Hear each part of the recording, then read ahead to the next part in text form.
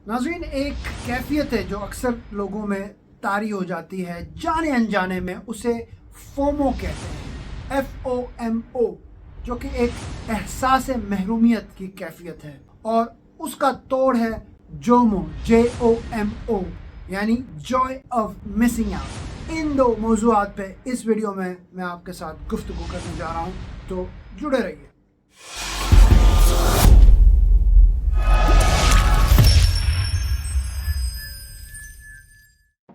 तो दोस्तों, पहले हम बात करते हैं FOMO यानी fear of missing out, FOMO.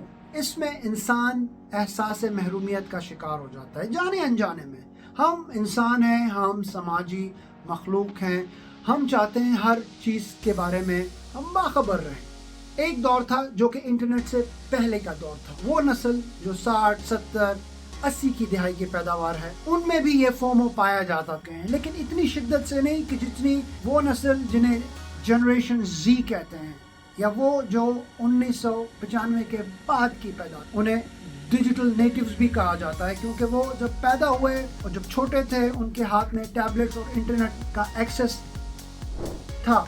लेकिन आज की दौर में हम इतना बाखबर रहना चाहते हैं कि हर वक्त हमारे सामने फ़ोन होता है और हम देखते रहते हैं कि कौन क्या कर रहा है, चाहे हम किसी को जानते हों या ना जानते हों। हम देखते हैं कि कोई सफ़र पे गया हुआ है, किसी ने बड़े अच्छे कपड़े पहने हुए हैं, कितनी अच्छी गाड़ी चला रहा है, मैं नहीं चला रहा। एक मुवाज़ने के दलदल में इंसान फंसना शुरू हो जाता है और देखते ही देखते डिप्रेशन का शिकार हो सकता है। तो लिहाजा आपने डिजिटल सिटीजनशिप में अबूरियत हासिल करनी है, जिसका मतलब ये है कि आपने इंटरनेट यानी सोशल मीडिया का इस्तेमाल और आम जिंदगी में एक तवाज़ुन पैदा करना है। आपने अपना वक्त इंटरनेट पे भी इस्तेमाल करना है, लेकिन आपने क्वालिटी टाइम दूसरी जगहों पे भी लगाना है।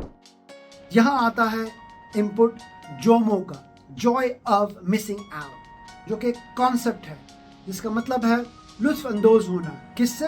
बेखबर रहने से। दैट्स ओके, कोई मसला नहीं है अगर आप किसी चीज़ से बेखबर हैं। उसमें यह फ़ायदा होता है कि आप अपने आप को डिजिटली यानी अपने आप को टेक्नोलॉजी से प्योरीफाई कर सकते हैं, डिटॉक्सिफाई कर सकते हैं, आप अपने आप को पाक कर सकते हैं। इसका मतलब ये नहीं कि आपने मुकम्मल तौर पर इंटरनेट का इस्तेमाल, टेक्नोलॉजी का इस्तेमाल नहीं करना है, नहीं, आपने एक तवाज़ुन पैदा करना है।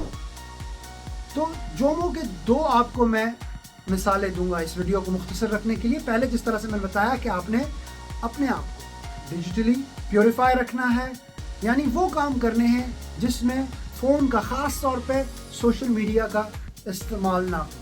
मिसाल के तौर पे आप ऐसे रवाबित, समाजी रवाबित कायम करें जिसमें फ़ेस टू फेस आप लोगों के साथ क्वालिटी डिस्कशन कर सकें, मीटिंग्स कर सकें, उठ बैठ सकें। जोमो का दूसरा कॉन्सेप्ट ये है कि आपने खलवत का इंतखाब करना है, तन्हाई को अपनी ज़िंदगी में मुतारिफ करना है। आप सुन के हैरान होंगे कि एक कैफियत है जिसे सॉलिट्यूड डेप्रिवेशन सिंड्रोम कहते हैं, जिसका मतलब है कि तन्हाई से महरूमियत। जी, ये एक हालत है। आज दुनिया ज़िंदगी इतनी तेज़ हो चुकी है कि लोगों को अपने आप के लिए टाइम नहीं है, लिहाजा आपने खलवत को अपनी ज़िंदगी में मुतारिफ करना। तो जिस तरह से आपने फ़ोन को अलग रखा, इसी तरह से आपने अपने लिए टाइम निकालना जहां आप अपना ख्याल रख सकें। आपको मैं मिसाल दूंगा आइजैक न्यूटन की। आइजैक न्यूटन एक कुदरती फ़िलासफ़र थे जो कि इंग्लैंड से उनका ताल्लुक़ था।